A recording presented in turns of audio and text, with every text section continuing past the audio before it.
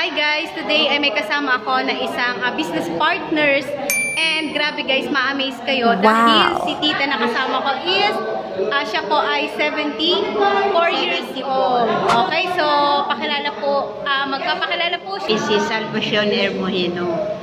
Nakatira po ako sa Terasa de Antipolo, Barangay Dalig, Antipolo City. So, ang ginagawa ko lang, so nagiging slakis na rin ako. Wow! And then hanggang ngayon, continuous pa rin. Wow! Ano pong nagustuhan yung pinaka-nagustuhan yung pong product sa We Provide? Ang nagustuhan ko po sa Provide, yun po yung food supplement na multi-food. At saka kasi yung naramdaman ko noon, ang sigmura ko sumasakit. So wala naman akong maintenance. Ngayon na ikamot sa Altan yun.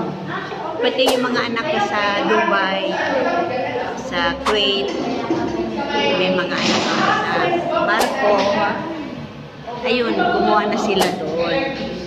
Hanggang meron akong customer sa Kuwait. Oh, ang galing, no?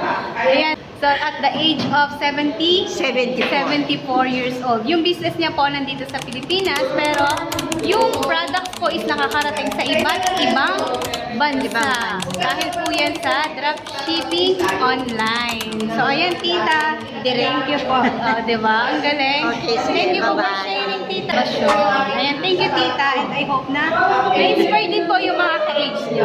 Okay? So, thank you so much po. Okay, and thank you. God Bye-bye. bless. Okay.